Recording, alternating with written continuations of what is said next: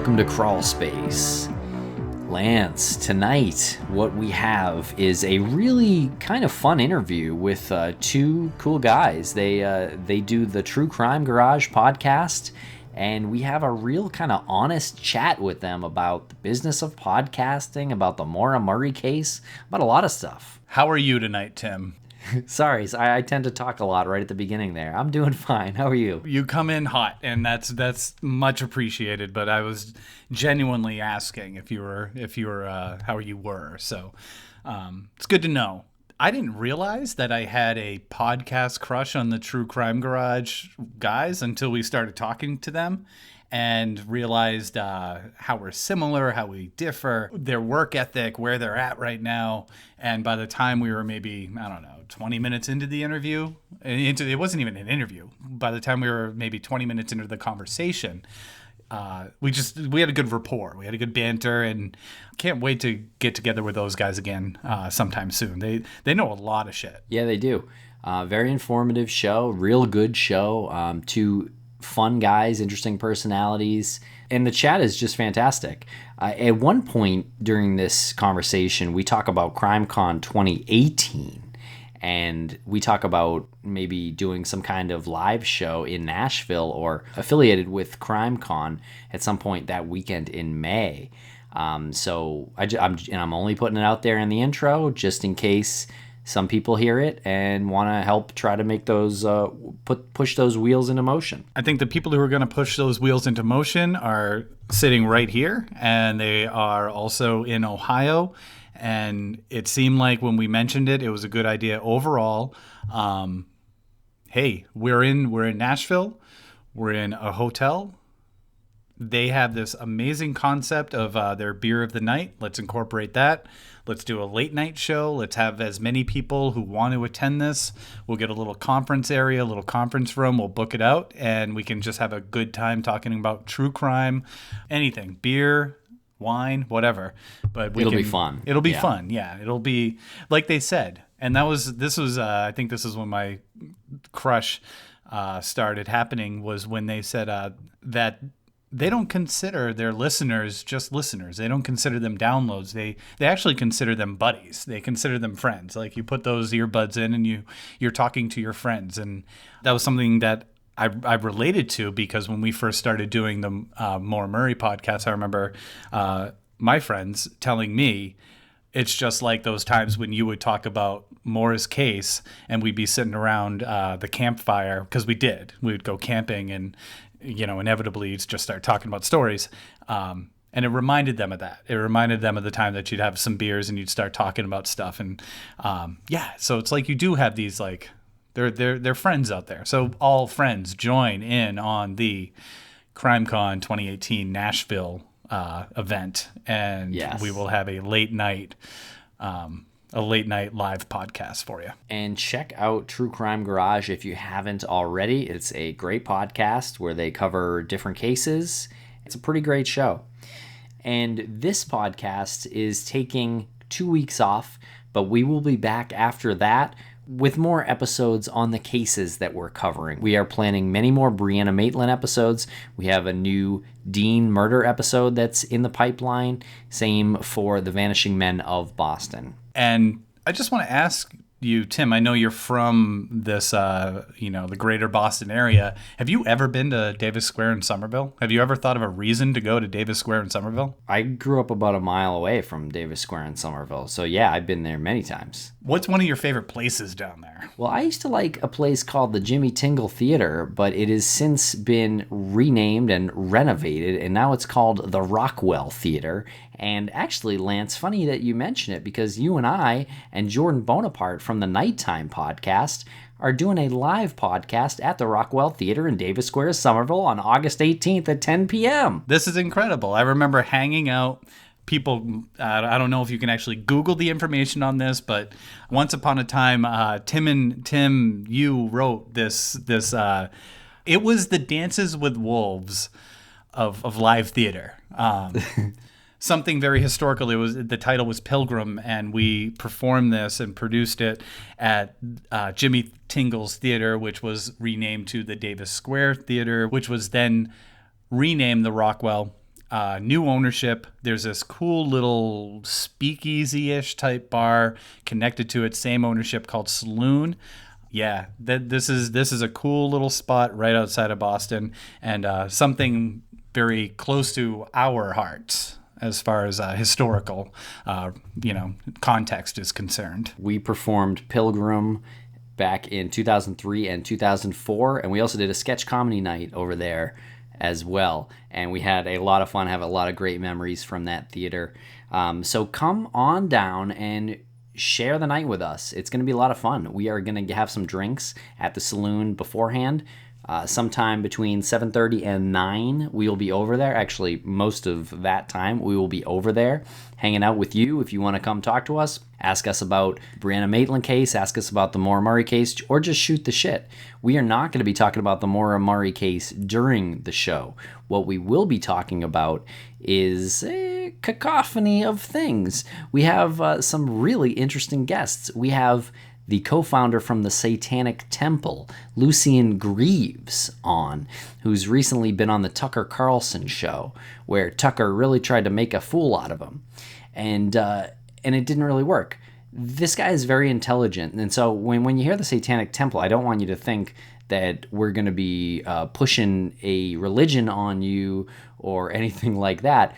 The Satanic Temple is a lot closer to a political organization than it is to some kind of satanic cult where there are human sacrifices and things like that. That's not at all what they do. Whoa, wait. I thought we were actually going to have this ritual at the Rockwell at 10 p.m. on August 18th. I thought we were actually going to be doing this. Don't tell them. The 13th person who walks in is going to be sacrificed on stage at midnight. I will make sure that I am the 12th person. We're just kidding.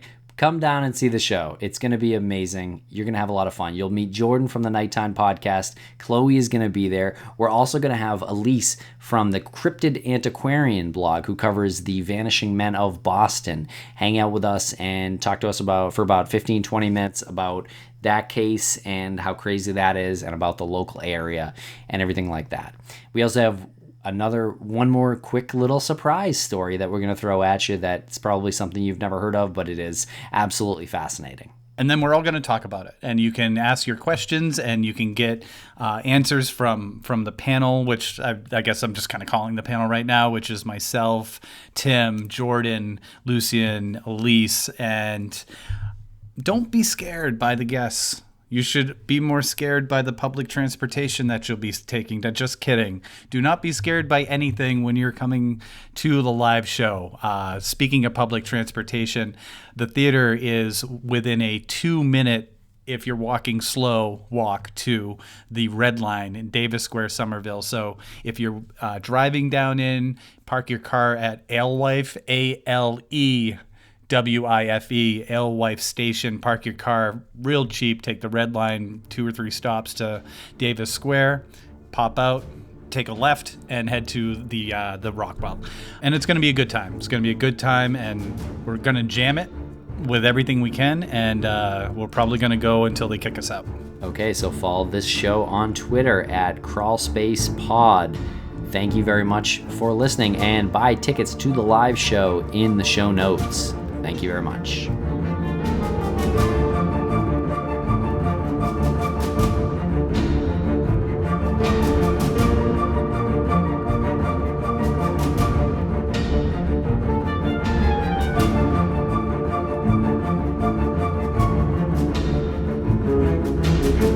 Welcome to Crawlspace True Crime Garage. We're here with Captain and Nick, the hosts of the popular true crime podcast, True Crime Garage. What's going on, guys? Captain and Tennille. We like to be called Captain and Tennille. Captain and Tennille. Well, welcome. Thank you for joining us. I'm just going to fangirl the whole time. Perfect. Who are you? Yeah, who are you directing the fangirl at? Both of you guys. I listened to every Missing Maura. Oh, now I can't talk. Oh, my God. We had this problem earlier. You're going to hear about that. Yeah, I couldn't say any words. But I listened to your podcast for every episode. Cool. Well, thank you very much. Yeah. Very cool. We're fans of yours as well. We listen to yours. It's very informative. Love the flow you guys have. and the music.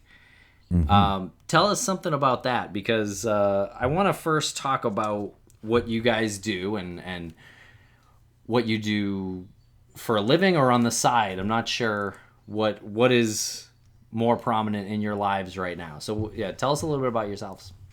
Okay, so it used to be that we both worked a lot and on other jobs, and we would podcast when we could. And, you know, because the show's grown and it's taken on a life of its own, we've bumped it up to 2 episodes a week.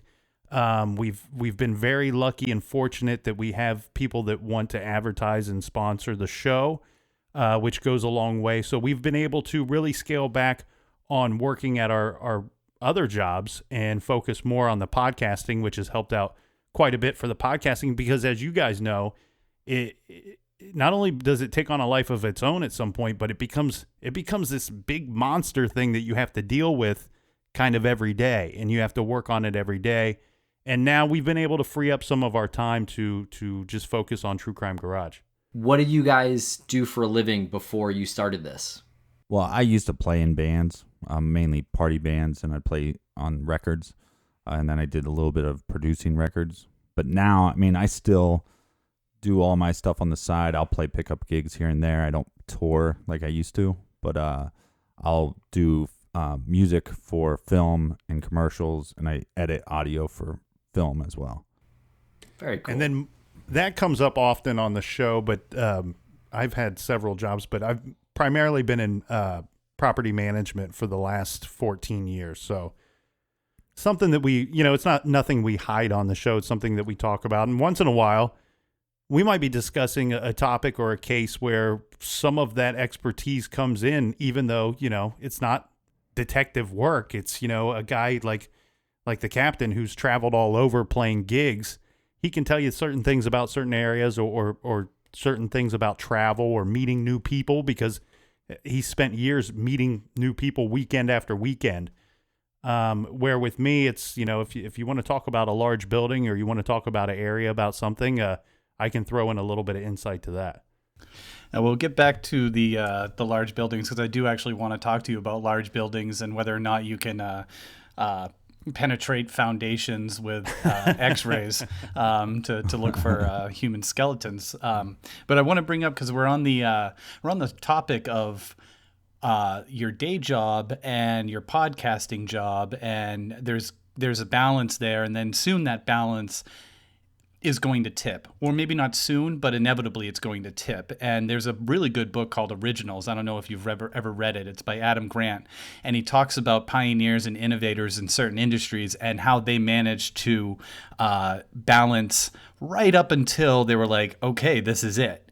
And do you feel like that moment's coming very soon, where and it's really hard to pinpoint? We're past that moment. So you had that one. Did you identify that moment, and you said at the time, or can you identify it now, like looking back going, oh, that was that moment? I don't know if Nick would agree with me, but that moment happened way before Nick was comfortable with taking the leap. So for me, it was just at some point I was like, look, I'll put this on my shoulders. You still got to do the research and do your part, but all the other stuff, I'll just put it on my shoulders for a while till you can, jump over full time. It seems like the partnership between the two of you is very symmetric. You had a job that was you were in bands, so it wasn't you didn't have anything you were tied to from 9 to 5, right? Mm-hmm. Right. Yeah. And Nick, you get into a situation, or you get into a certain rhythm in your life. The paychecks come in, you pay your bills, and it's very frightening to say, this is a brand new industry, and I don't know, like, is this good for me to quit right now and get into a brand new industry? What was that like? Were you terrified? I wasn't terrified, but I think what the true difference is for the captain. His thing is really in demand, and and I think that it's easy to go. He's done this for a long time, and he's networked and played with a lot of different people. He has the ability to step away from something and then make a few phone calls and probably be right back in the game within a week or two. My area of property management is pretty. It's a bit unique, and usually it can take anywhere from about 6 months to a year and a half to land the right spot and find yourself in the right place. So for me to take a leap, it's kind of going, you know what? If this blows up in my face in 48 hours, well, I got to be prepared for the next 18 months to roll with the punches and get through this. Right. We've always been different that way because, I mean, we've known each other forever, but we've always been kind of just different in that sense where it's like I normally haven't worked a 9 to 5. So it was easy. It's easier for me to say, hey, Yeah, jump on in. You know? definitely. Don't worry. It'll be fine eventually. You know? Right. And it kind of, you're not wrong though, because you're actually saying it's working. You know, you just said you've never had a 9 to 5, and hey, you know, if it doesn't work out, it doesn't work out.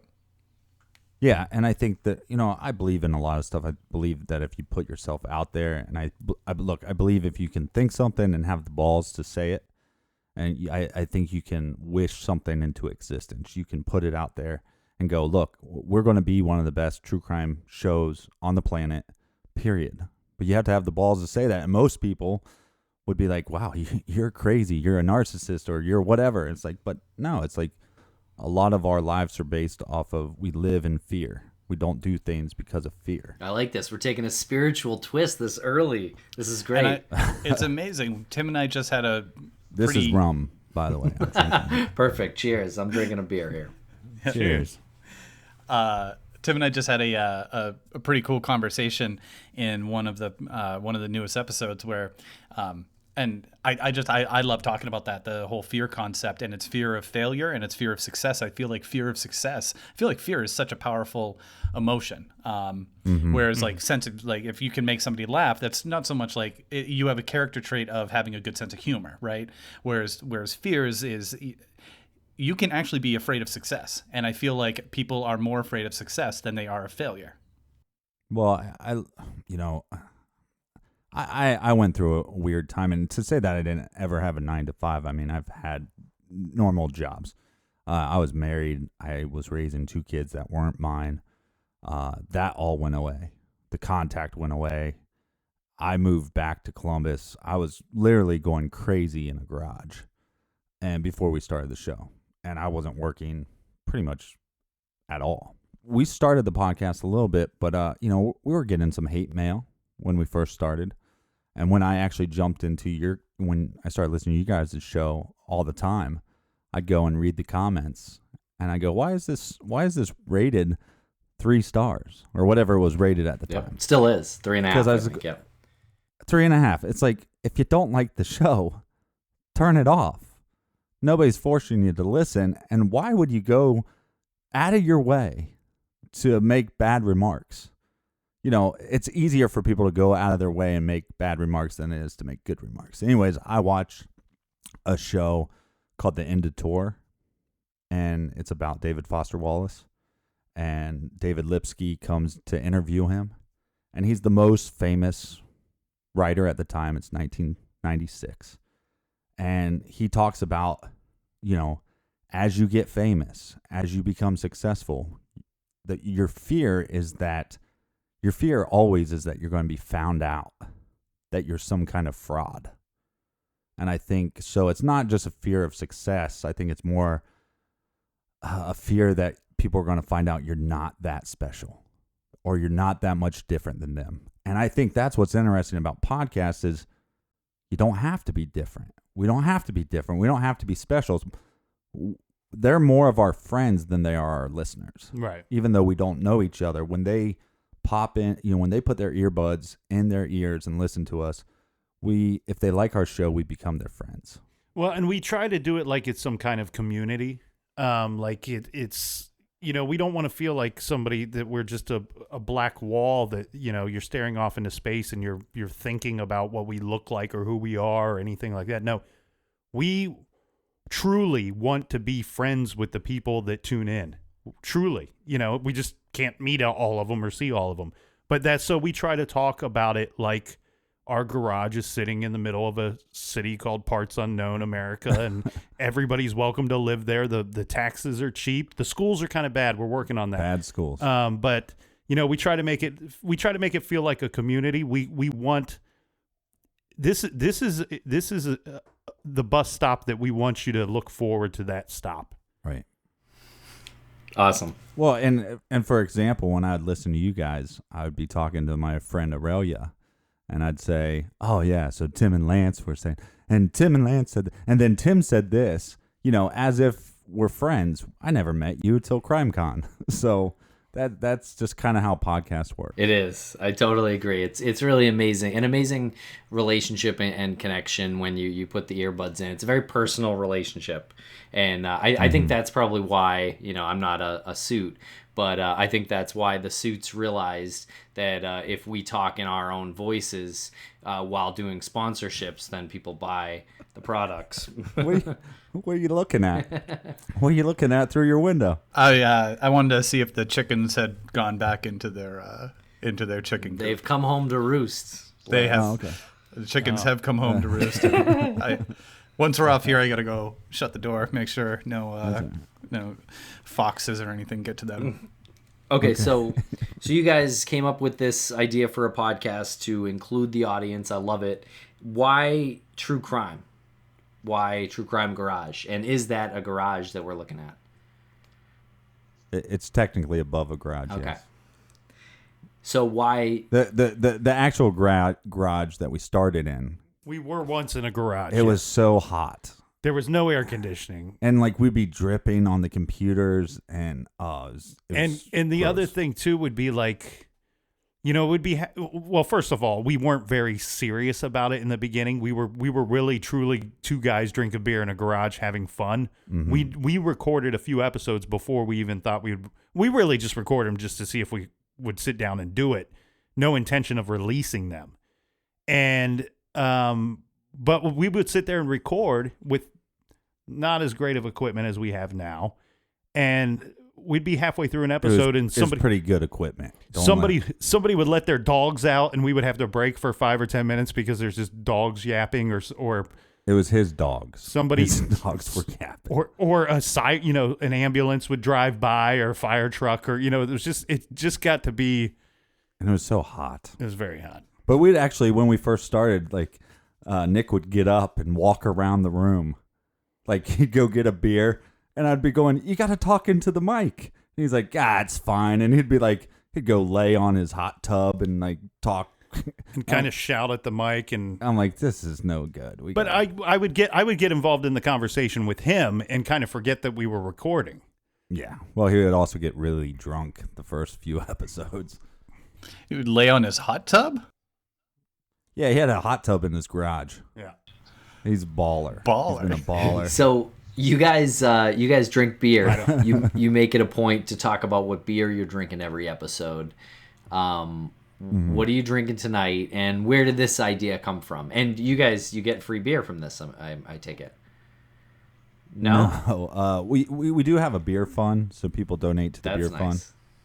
And we started that just as a joke. Let's see what happens. And it's nice because it pays for certain things. I mean, it pays for the beer, but it also helps pay for hosting and all the other little expenses that go along with it. Sure. Podcasting's not cheap. Yeah. Some people do a Patreon. We do the beer fund, and it's like we said, it's a little more community involvement there. The thing is with the beer, it's kind of an accident. When we first started recording, we would just drink beer, and it just happened to be he'd come over, and because he had to make the long drive, I'm like, oh, I should buy some nice beer so that he's got something cool to drink while he's here. I have a couple of these. And it was so hot in the garage too. You need something cold to drink. So, he'd be like, what are we drinking today? And I would just, I got this. It's from blah, blah, blah. And then at some point we're like, well, wait a second. This is a segment. This has worked its way into the show. This is a segment. Well, he's kind of being modest though, because he from the beginning he had all these weird ideas about catchphrases and all this stuff, and he's like, "We're going to do a beer of the week." And I'm like, "That makes zero sense. We're going to drink beer and talk about murder. This makes zero sense." And somehow it worked. Right. So Yeah, no, it's kind of genius. I mean, I think, Lance, how many times did we say we wish we could have done something like that on Missing Maura Murray? We just kind of felt like we had to take it more seriously than anything we've ever taken anything in our lives. And I think that was one of the reasons Crawlspace, we started Crawlspace. It gives us a little more freedom to be ourselves, and we can drink and talk about that a little bit, have a little more fun. You guys should start a beer fund. I think the beer fund. We're giving you give you permission. Take our idea and run with it. Your audience will love it. I like it. We could start a beer. I remember one of the comments that came up when we were first doing the video portion, and someone was like giving me crap for slamming Miller Lite Tall Boys, and so now I drink it out of a mug. Because I don't want to be seen. Yeah. I don't want to be seen to be inappropriate. Yeah, we kind of had that rule. We gave ourselves that rule, but I think tonight it doesn't matter because these guys, we're broing down tonight. It's a bro down. What's really cool about what you guys are talking about is, not to bring like seriousness back into the conversation, and we can deviate from that. What a Debbie Downer. A little bit. But what you're talking about is really cool marketing ideas for an industry that's so new.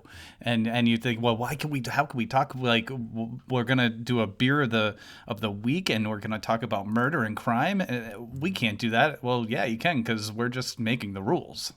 Yeah. And I think some of it too is that you can't take yourself too serious, because especially when you're diving into these crimes every week, especially the stuff that involves children. And look, it's depressing. It can be very depressing and stressful on your life. So some of the stuff you can't take yourself too serious. And people shouldn't expect you to take yourself as serious as the cases that you're covering, or else you'll go crazy. You'll stop doing it. You'll go nuts. The thing is, as long as you don't disrespect the victims, which makes no sense to do that anyway, you should be fine. We have put ourselves on a bit of a fine line that we kind of, tap dance on week after week. But I think our personalities, we're just regular good guys. Like, so it's pretty easy to not. I've listened to some other shows, and I don't know what they're trying to do. I get the product that they're trying to put out, and I'm not going to name any shows but I'll say some things that I've heard done.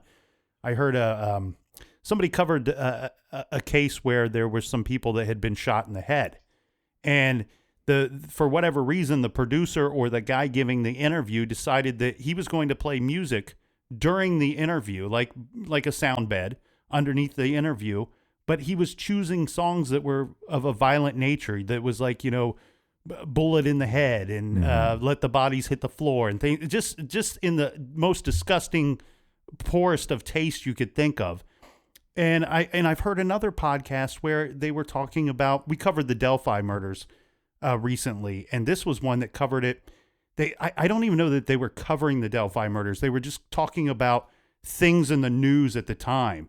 And it was the type of show where you would have a host or two and just multiple guests week after week, and it's random guest people, which I think is a poor platform to start with, because the audience needs to identify with people. And if you keep a rotating group of people coming in there, it becomes a circus at some point, and they can't follow along. They can't identify with you or the people they're listening to.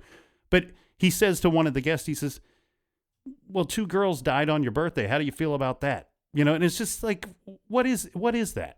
First of all, it wasn't going to be funny anyway. So where were you going with this? I don't understand.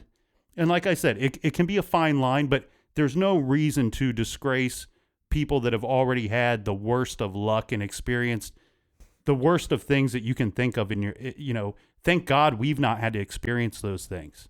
Thank God we're just sitting here talking about it. Thank God we have the privilege of keeping these cold cases in the ears of people and in the minds of the public, so that maybe someday somebody gets some kind of justice or some kind of closure for something something horrible that happened to their family. Yeah, that's well said. So before we get into a little bit of the Maura Murray case, I just want to talk to you guys about Crime Con. We saw you there. We were hanging out a little bit, and we had an absolute blast. Did you guys have fun? Well, I had a great time. Well, I had a great time the whole time, but Nick could only come for the Friday because he had a family vacation that was already planned like a year in advance.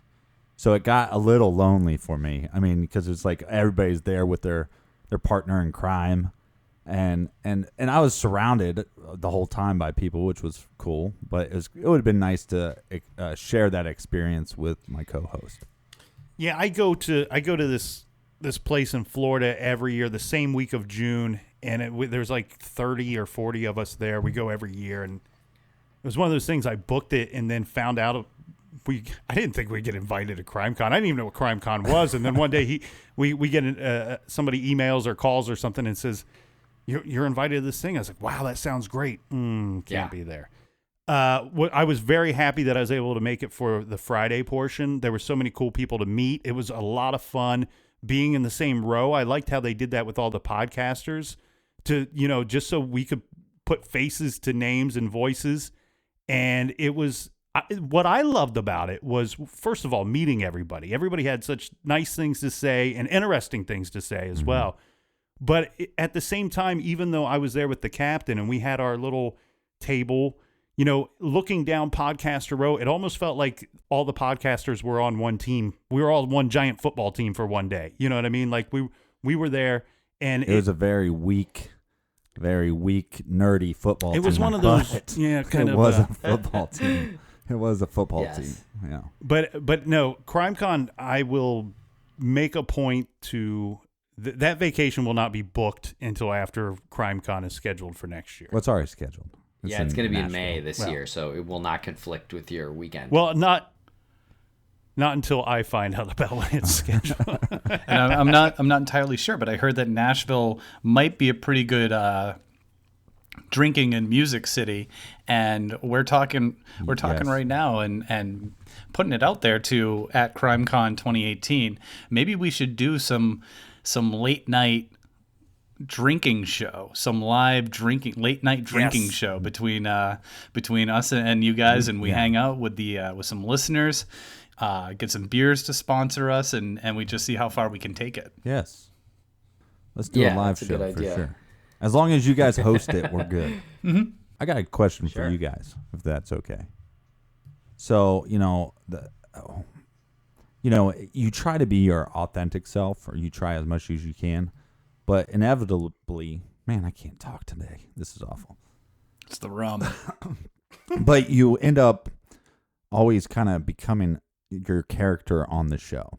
Do you find that? Totally. I feel like we just discussed this too. We tried to have an episode of Crawlspace where Tim and I were like, we just want to loosen up and talk and just show the listeners our personality and where we're from. And I don't think it was like a half hour into it before we got down a road that was so disturbing. Tim couldn't read this thing because it had to do with kids and it was disturbing him. And it was like, God damn it. We can't even just like lightheartedly discuss something with the microphone in front of us without thinking that we have to have some important message that we need to deliver.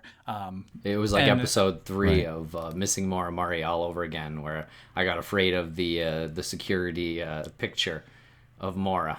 Oh, her, the one in the hallway, and it was like, you start seeing that, and you're like, I can't even look at this, guys. I can't even look at that. But then again, it's like you do kind of become a character, but it sort of is what you are. It sort of is what you are, and as much as we want to kick back and joke around and show people what what we truly are, what our personalities are. The subject matter, I mean, like you were saying, the subject matter is a little tough to do that with. It's not like you're a fake persona. It's really the character that the captain's talking about and that you're talking about. It's truly a character of yourself. It's like a compartment of yourself that shows up when that microphone is there, when you're in the garage, when you guys are in studio, when you're working. It becomes, this is the portion of me that shows up and does this show. It's nothing fake, but that's what it is. Right, but it's only a percentage of you, is what I'm saying. Yeah, but no, it's a good point, and we could easily cut some of the things that seem embarrassing to us. We're kind of going through this a little bit with our documentary editing for the Missing Maura Murray documentary that we're working on. Some things that we say are downright embarrassing, and it's like, well, we could just cut them, or we can just leave them in because it's the truth, and we said that shit. And it's like, well, we made a vow a long time ago to just tell the truth. And, we can cut some of the embarrassing moments of the show, like the parts where I'm histrionic or the part where Lance, drones on and on. But very few and far between. Very few and far between. Yeah. And I'll continue to say how few and far between they are in very... As he rambles on about few and far eloquent. Between. It was kind of few and far between. If you had what few I'm over saying. Here and far between was like in London. Between over there. How many steps would it take you to get to between? Right. But I do it in a very eloquent way, very much the way Kennedy used to speak. Oh, so. I am to Kennedy's speech the way Tim's hair is to Kennedy's hair. So together we almost make one full Kennedy. Right, and we're not even talking about John F. Yeah. We're talking about probably one of the... Right. Kennedy, the old MTV VJ. Not back and to the left. We're actually talking about the VJ, Kennedy. yeah. Who are you guys talking about? Right. The VJ, Kennedy, yeah. We don't know. We don't know. We don't know. But long story long, I tend to not ramble. Let's hear about your guys' experience with James Renner and covering the Maura Murray case. Because you guys did, was it 3 episodes or 2 episodes of it? I think we did 2. Well, we did 3 episodes of the Maura Murray case, 2 with just me and the captain, and 1 with James Renner. But what gets confusing is we've had Renner on the show 3 times for different 4 cases. Times. 4 times? I think 4 times. Might have been 4. Maybe 3. I don't know. So he talked about some touchy things with you guys, and at that point, it hadn't really been put out there. And of course, it was if you're familiar with these episodes that you guys produced and the history of the Maura Murray case, you'll know where we're going with this. But it was the allegations against Billy at his workplace. And so tell us a little bit about how that whole situation went down from your guys' end. Well, I'll just give my perspective first. So it was cool because we reached out to him, and he is about 2.5 hours away. Mm-hmm. And we, nobody knew who we were at the time. And he was like, yeah, I'll meet you. So I do some work at a studio. So we actually rented out that space to make him feel a little more comfortable. So he shows up and he gets out of his car. And the first thing I think he sees is me, like, oh, what the heck did I get myself into? This guy's big. Then he goes in the studio, and it's top of the line studio. I mean, all the remixes of Led Zeppelin were done on that board. Eric Clapton recorded on that board. We recorded some stuff with 21 Pilots at that studio. So it's a top of the line studio. So right when he walks in, he's like pretty comfortable. And it's just funny because he looks right at Nick and he goes, "Didn't you follow me out into a parking lot one time?" Which is true. Which is true. Which is true. Is that a true story? Yeah, so I here's how big of a true crime dork I am. All right, so well before we did the show, and I still continue to do it to this day, but if there's a true crime author somewhere in the state of Ohio that's giving a presentation about a case, if I have the day off, I will drive 2 or 3 hours to go sit at the presentation, and I will, if I have some questions or some input, I will make a point to let you know what I think or ask for some more details. Or stalk you in the parking lot. They had kind of a very short, he was at this thing up in, I can't remember where it was, but I probably drove about an hour or so. And they had a very short Q&A afterwards where he sat off to the side and you had to approach him face to face. Well, there was a ton of old people there. So I try to be a nice dude and I let all the older people go first. Well, they cut off the line by the time I get up to the table. So he leaves. I wanted to talk to him about Amy Mahalovic. And that's how I know James Renner that's how I got into him years ago. And so I start asking him questions as he's like putting away his stuff. And then next thing I know, we're walking down towards the door, and I'm still asking him questions. Then we're in the parking lot, and he's like trying not to detect to me where his car is, like he doesn't want, he's like, and at some point he's like, I have to go. I have to drive quite a ways. And I was like, yeah, I do too. I should probably leave. But he's a super great guy, and we were very happy to have him on the show. And you guys know this. We're not telling you anything that you don't know. Well, and the weird thing about it too is that for some reason in the true crime world, not all the time, but a big percentage of the time, if you don't agree with somebody, then that person is the enemy. Right. And I think that to me is silly because, I'm going to learn more about a case from somebody I don't agree with than somebody I do agree with every point. But as far as your question goes, I was interested to hear what he was going to talk about. And the other interesting thing was he told us before we started recording, I'm going to explain this information to you. But we had to stagger our release because some of this information was in the book. And obviously to protect himself, that's what authors have to do. So, we were hearing this information for the first time. He did the interview with us about 2 months before the book came out. 2 months before the book came out. Yeah, so we had to kind of sit quietly about what we heard, during that interview. But, I mean, those are accusations, and if he feels strongly enough to accuse him of that, he must have evidence to back that up. He said Billy didn't deny the allegations. That's really all I know about it. And he also said that there were the accusers talked to him. I don't know. Yeah, well, it's weird because your guys' I told you your last episode with him on missing Charlie Murphy. You guys kind of went after him. And I think we would have been more confrontational with him, but we invited this guy down. And Nic and Renner actually talked a lot about Amy Mihalovic and a couple other cases beforehand. Mm-hmm. So it's the last one we talked to him about. And we were trying to be respectful. Like we brought him in to hear his viewpoints. And we weren't like trying to ambush him and say, hey, come in here and come to our turf and let's have an argument. I just wanted to hear his thoughts. Well, and the thing too, this is where you got to give him credit because, he's made a lot of accusations regarding the death of Amy Mihalovic. But at the same time, he's made those accusations, but he's gone up on people's doorsteps at the middle of the night and knocked on the door with only armed with a pen and paper and said, you know what? I think you did this. You got any answers for me? That's something. I mean, that's doing the legwork. Anybody can sit in a garage and say, you know what? This guy did this and he's a terrible person and I got no proof and I've never even seen him face to face. Right. James Renner has done the legwork. He's chased the boogeyman.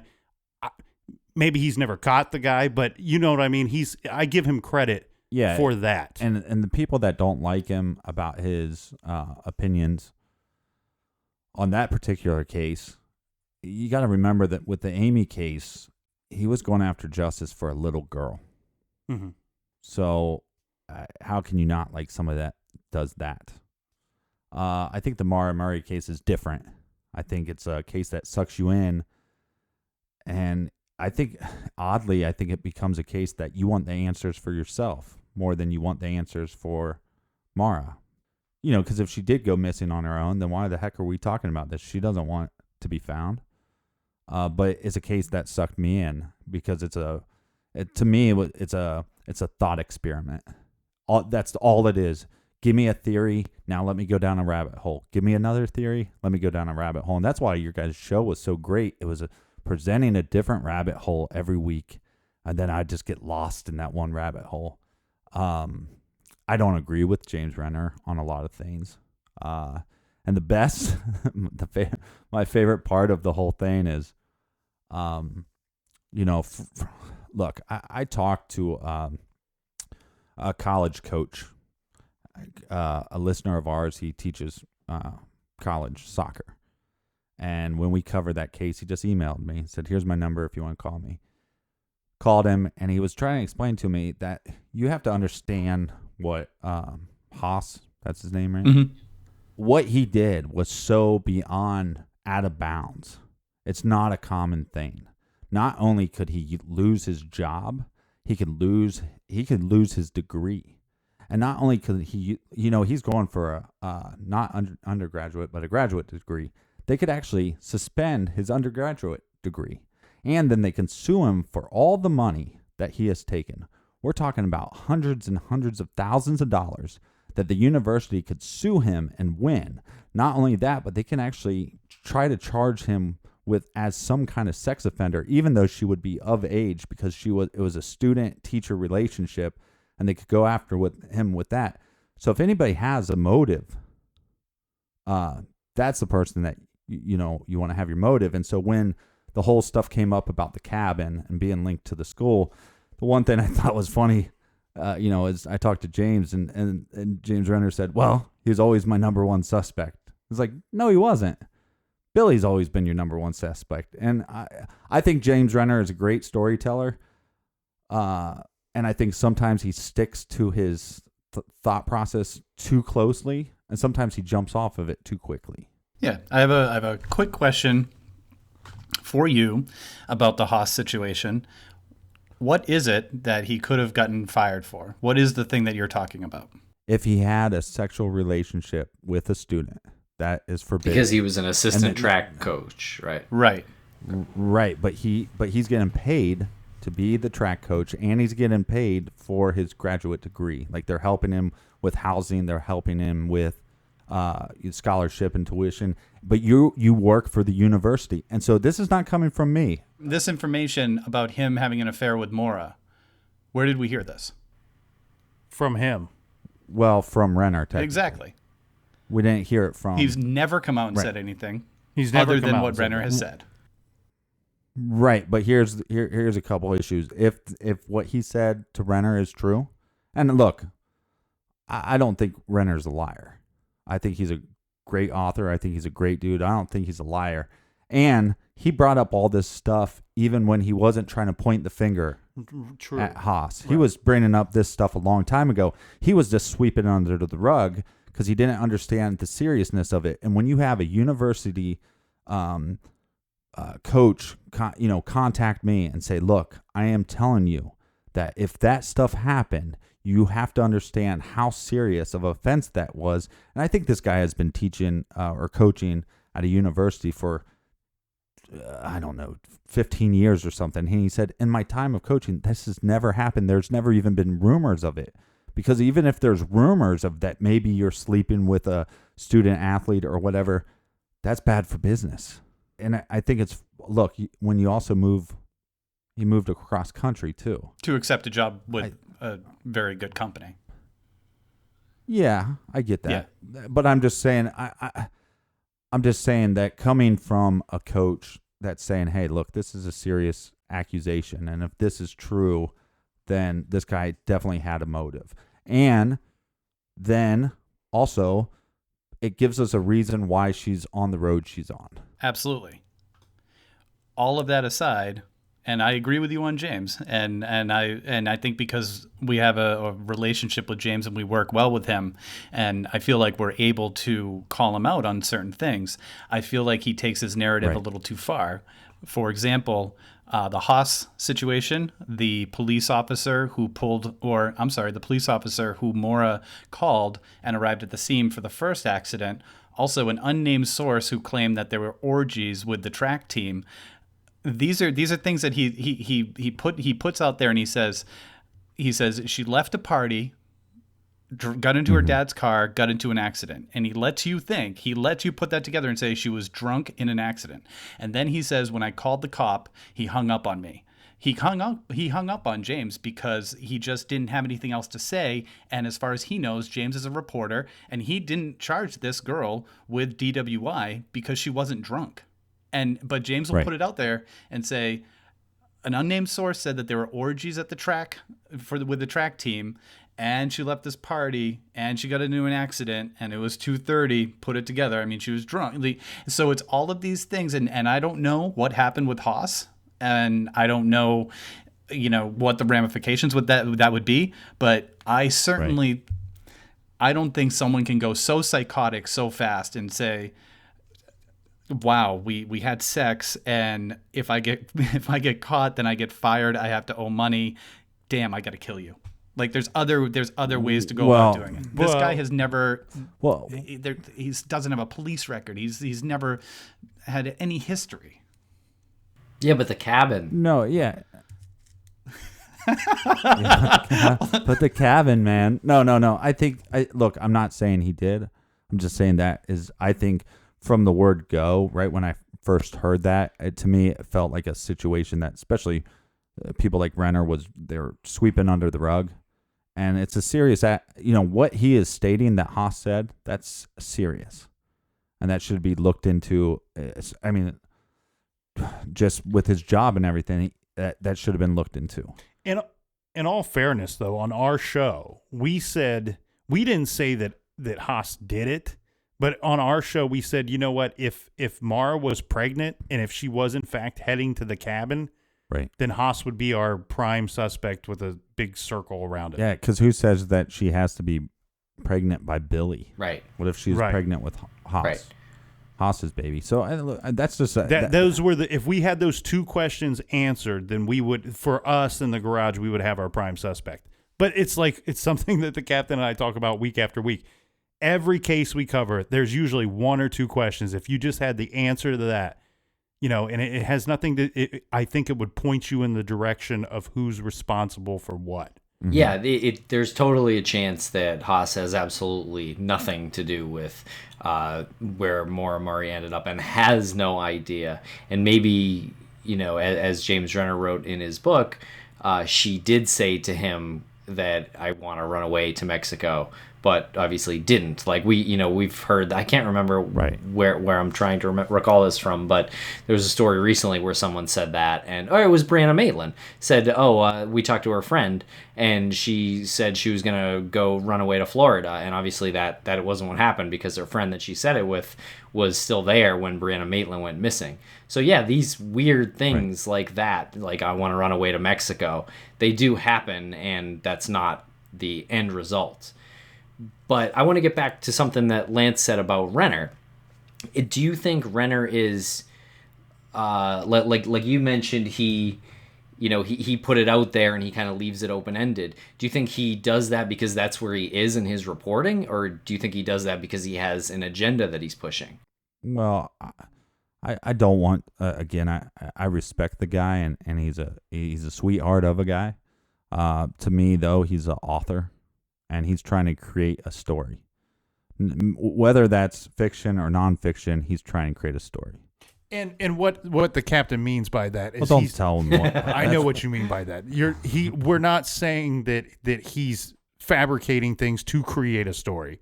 He has to take what information he can gather, an assumption. Maybe sometimes it's an assumption. I don't know. But he has to take what he can gather and put it together in story form. Yeah, but no. What I meant is, I think sometimes, if I say it this way, it's a better story. And I think he's just naturally that's the way his brain works. This is a better story. Just like when he said to me, well, yeah, he was always one of my number one suspects. Yep. No, you brushed him under the rug months ago. And now that there's actual evidence that points that maybe we should look into this guy more. And then again, he said, well, you know what I think is funny is that he talked to me before, and now he won't return my emails. Like, that's a big deal. Like, look, he might just not want to talk to you. Somebody not wanting to talk to you that does not point to their innocence or guilt, ever. Sometimes they just don't want to talk to you. I have a lot of emails that I have not responded to. A lot of from me. Well, and here's the thing. We all... we live in the true crime documentary golden age right now where, there's a new one coming out every month that you're supposed to not miss. Mm-hmm.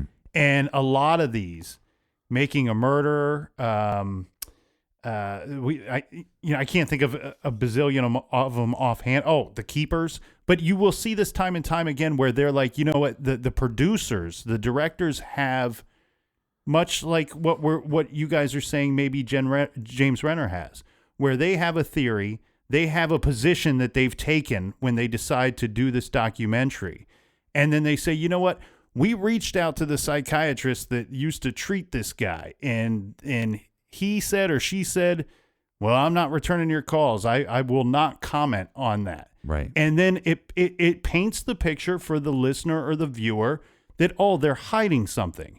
And, and I've told the captain 100 times, and he said it to me too, when we've watched documentaries on cases we've covered, and they're like, the doctor wouldn't talk. The psychiatrist wouldn't say anything. The whole medical building said no comment. And we've gone, you know what? If I were at that level too, and I was in that situation, I would have no comment. I absolutely would have no comment. Why would I go on your show or your documentary, and then later you can cut the tape and you can skew it however you want to skew it, depending, even if I said the right thing 100% of the time, you can cut it and make it look like I'm hiding something, or that I've done something wrong, or I'm covering for people that have done wrong things. Yeah, but that being said, anybody that doesn't talk to you guys for your documentary is hiding something. Oh, they're totally hiding So something. if You're the one. The one exception. you got too much charm. If they don't talk to you, they're soulless and they're guilty. I wish it was that simple, to tell you the truth. I wish it was that black and white. I have had so much sex with old women just to get information. It sickens me right now to think about it, but I still kind of want to have more sex with old women. Okay. What about the announcement that and I don't want to make this the Renner hour, but since we're on the topic, something that got announced last week was this Johnny Depp's production company is taking true crime addict James Renner's book and turning it into a fictionalized version of his book for television. Well, I think they're buying the rights. I don't know if they've actually started to adapt it. It's there's writing going on. Well, in all fairness, I mean, Johnny Depp bought the rights to a famous jazz bass player named his story Jaco Pastorius, and there's been rumors for 20 years that Johnny Depp is making an adaptation. It's one of those cases where it's like, I don't know. I'll watch it because I'm obsessed with that case, but it's going to be so Hollywood that it's going to be more Hollywood than James Renner's book. So, yeah, well, I mean, we'll see about what the final look is on it, whether it's kind of gritty or whether it's Hollywood. But a lot of people came out and they were like, I can't believe this, that son of a bitch, and I saw it and I was like, awesome, because. Yeah. It's about time that this is just another development in this whole crowdsourcing information, this whole true crime, what we do. And James Renner has, what could be a deal with Johnny Depp's production company, which is going to put it in front of millions and millions of people's faces. And he's a fascinating character who got himself involved in a fascinating case. And the more eyes, the better. And people will draw their own conclusions about him based on that material, and he's the one that has agreed to have that happen. So whatever happens will happen. Okay, what about? Let me throw a counterpoint. They're not using Maura Murray's name, and it's set in upstate New York. They're not even using James Renner's real name. So what do you say to the people who say, "Oh, that James Renner, he was always about the money, and he was never in this to find Maura, and this show isn't helping find Maura at all. It's just helping him professionally." Well, look, I think the people, again, like I said, the people that hate him, they haven't met him. He's a nice guy. He drove over 5 hours to meet with guys he never met before. And is that to sell books? Maybe, but he doesn't know our show. He doesn't know how many listeners we have. He didn't know if he was showing up to be beat up by a couple guys he's never met before, you know. And at the end of the day, he's an author, and I respect him as a person. He's an intelligent person, so we should listen to his ideas. That doesn't mean you have to accept them, but you need to listen to them. And then if you want to talk about one of the best true crime books maybe ever written, True Crime Addict. And everybody that reads it, even people that I know, even listeners of mine that have said, you how dare you put him on your show? And then 3 weeks later, they're like, that book was good. And at the end of the day, he's an author. And it, does he have a responsibility for the truth? That's on him, and that's on his character, But, does it make a better book? I don't know. It's a good book. It's an amazing book. When you look at the things that people do to enhance their careers, just in general, what he's doing really isn't so completely horrible. The people make him out to be just like this like maniac, like ego maniac, and people do much. What he's ultimately doing is putting a lot more eyes on this case. Yeah. Well, I'll tell you what. Sorry, I've been kind of sitting waiting to give an answer on this one. The thing here is, the question is, Johnny Depp has purchased the rights or working on making this an adaptation of some kind of story into a movie, right? Did James Renner, is he selling out? James Renner used Maura Murray's name in his book. He used James Renner's name in his book. That's his product, was his book. He's not hiding the truth from you. Johnny Depp, if whoever's taking it and adapting it to a movie, changing the names, that's fine and that's good because you got to put it on the screen. He has no obligation after what they take his product and do with it. He has an obligation to himself as a career and his family to put food on the table and pay the bills. Mm-hmm. The thing here is James Renner writes just as good nonfiction as he does fiction books. His fiction books are incredible. He can write stories that do not have anything to do with real life that are amazing. And then furthermore, Johnny Depp is a great actor. He's a brilliant guy, but he's also been a guy that's done very well because of true crime. Donnie Brasco, the Jack the Ripper. He's been in the Whitey Bulger. Yeah. He's done a lot of true crime movies that have done well for him, and he's done well in those movies. So it's a win-win for everybody. If anybody's got a problem with it, I mean, come on. Then they would sell the story themselves. I think that's one of those ones where I would say check yourself because you know what? Go 110% on something for as long as you can, and then when you're done with it, sell it to everybody that's willing to buy it. Right. And then people, and at that point, and people are saying, I am sick of people profiting. I'm sick of looking at him profiting off of the case. It's like profiting? Really?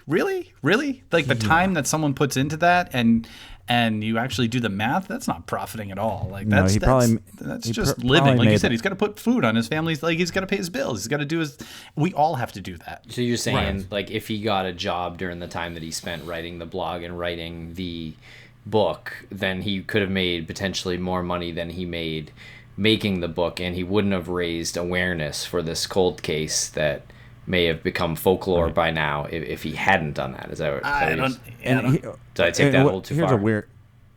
Here's a weird question for you though, because the funny thing about the Maura Murray community is they just jumped on him and hated him. Again, like I said, go back to his earlier work.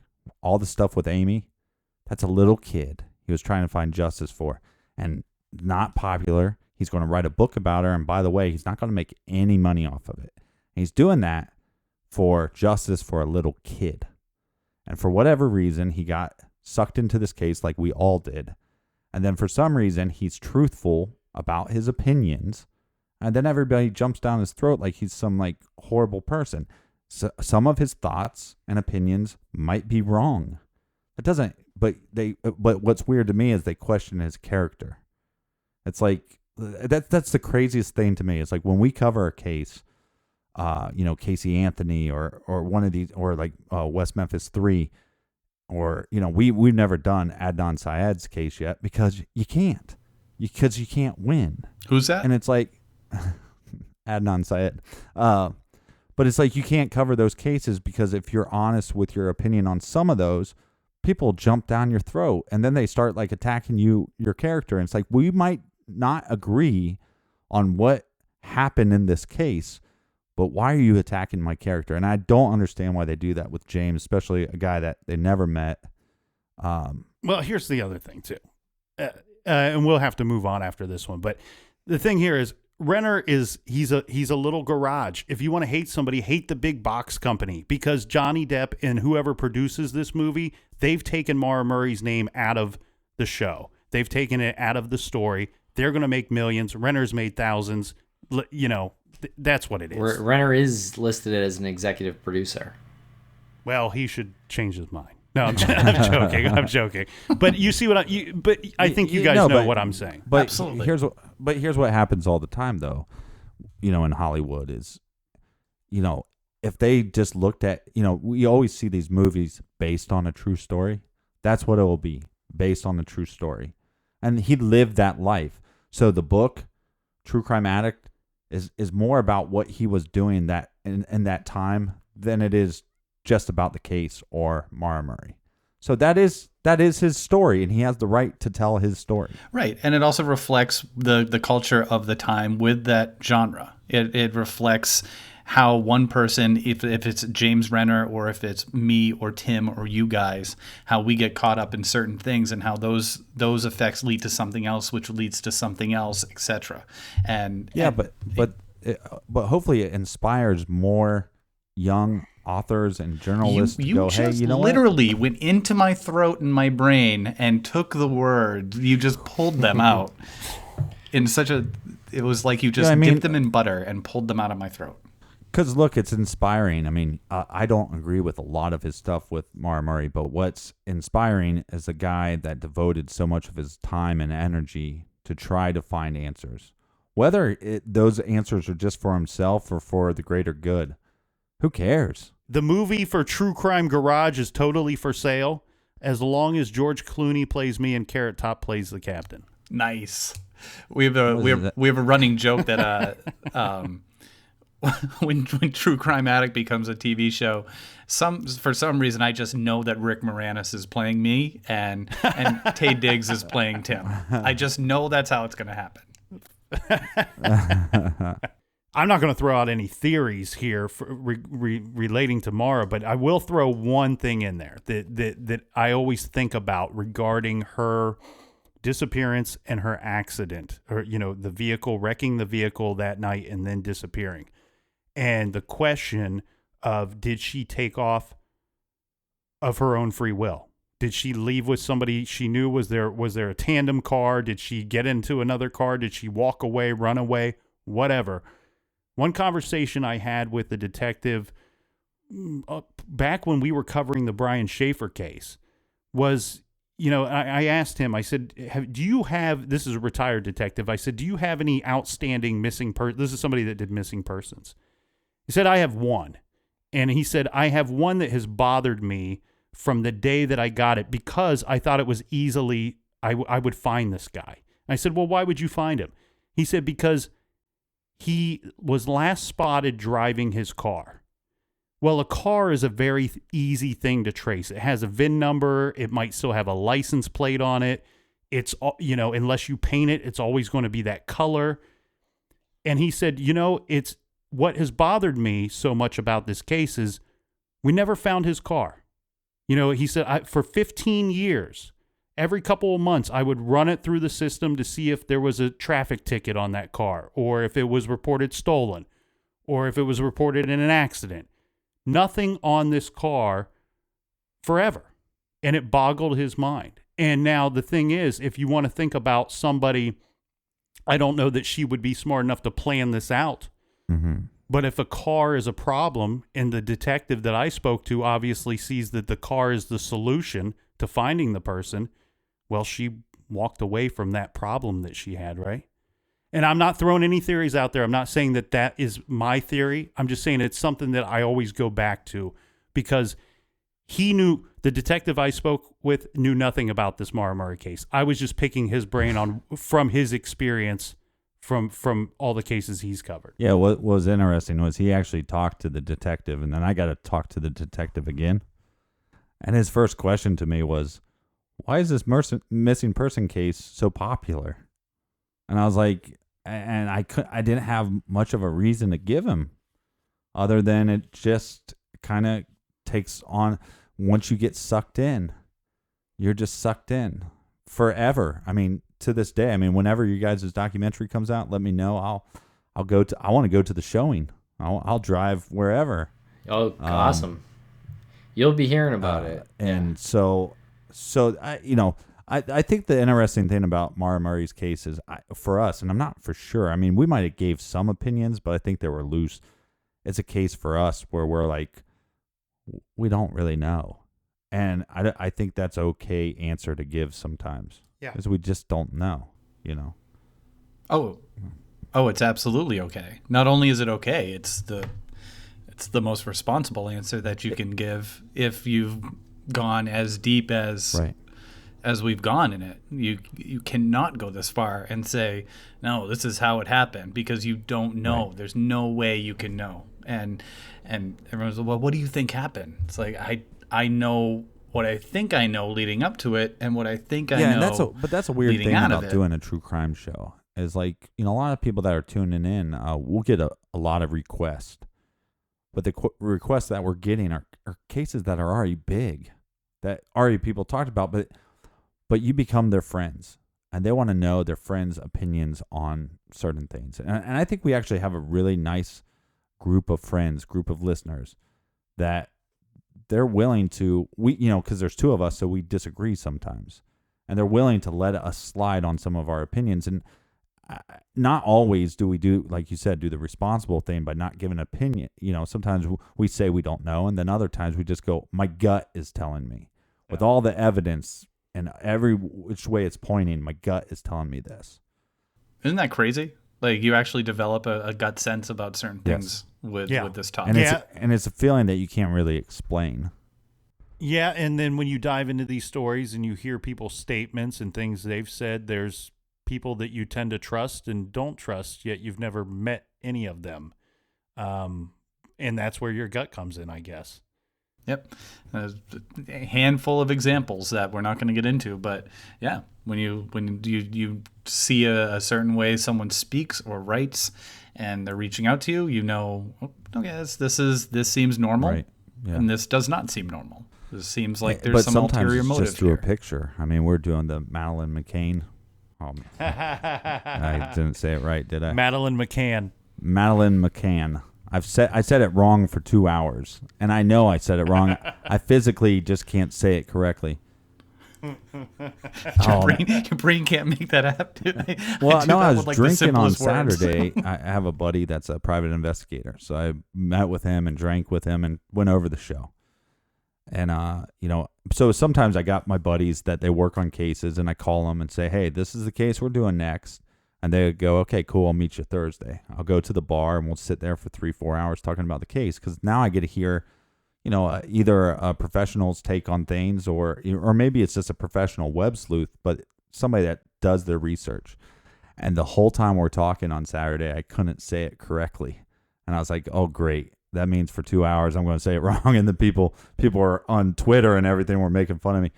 But like with that case, it's weird because the father has a blog that he posts like sighting pictures, and most of the sighting pictures I don't get any feeling, but there's one where she's in a convenience store, and for some reason everything in my body tells me that's that girl, and I can't explain it. It's just so. Yeah, that's a crazy case. I was listening to those episodes today, and it's a wild case. I don't know. I don't know what I have to think. The only thing that I kind of really zeroed in on as something that I think I can kind of understand is when they were talking about the dad, and I believe the mom too, having like acting too dramatically. Putting on what they thought was this performance. But I think that's so common in these situations. And I think, like, we've heard that about Fred Murray. We've even, to some extent, I think Bruce Maitland even kind of confirmed that that's what it feels like.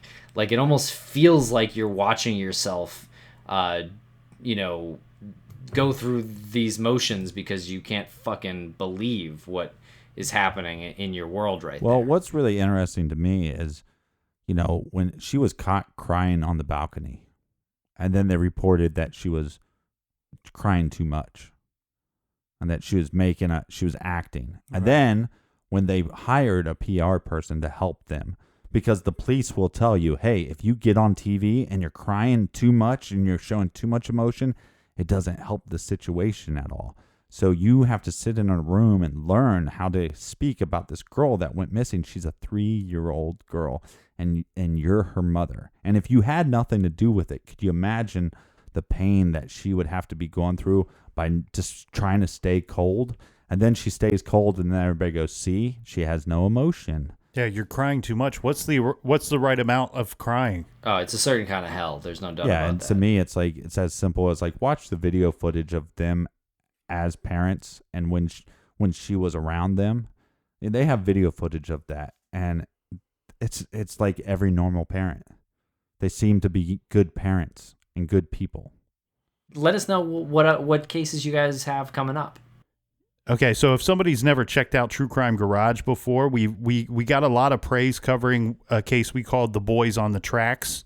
We did that a 4-parter. It was a 4-parter, yeah. So if you like binge listening, check out The Boys on the Tracks. That's one of those cases. It's a case from Arkansas back from the 80s. 2 boys are run over by a train, but then they learn they were already dead before they were put on the tracks. Now, this is one of those cases where you hear it and you're like, why am I only hearing about this now? Why isn't this like one of the most famous true crime cases ever? And it's a strange one because people that have lived in Arkansas since the 80s, they know about it, and they've been screaming about it since then. We were very happy to cover it. We covered the Casey Anthony, which is a little more popular, well, a lot more popular. Coming up on the show, we look forward to covering a case called The Monster of Florence. It's basically Italy's version of the Zodiac Killer. So that's one that we're really looking forward to. And we're also going to dive into the Texas killing fields. And that will be, so we're looking to do The Monster of Florence in July, and then we will do the Texas killing fields in August.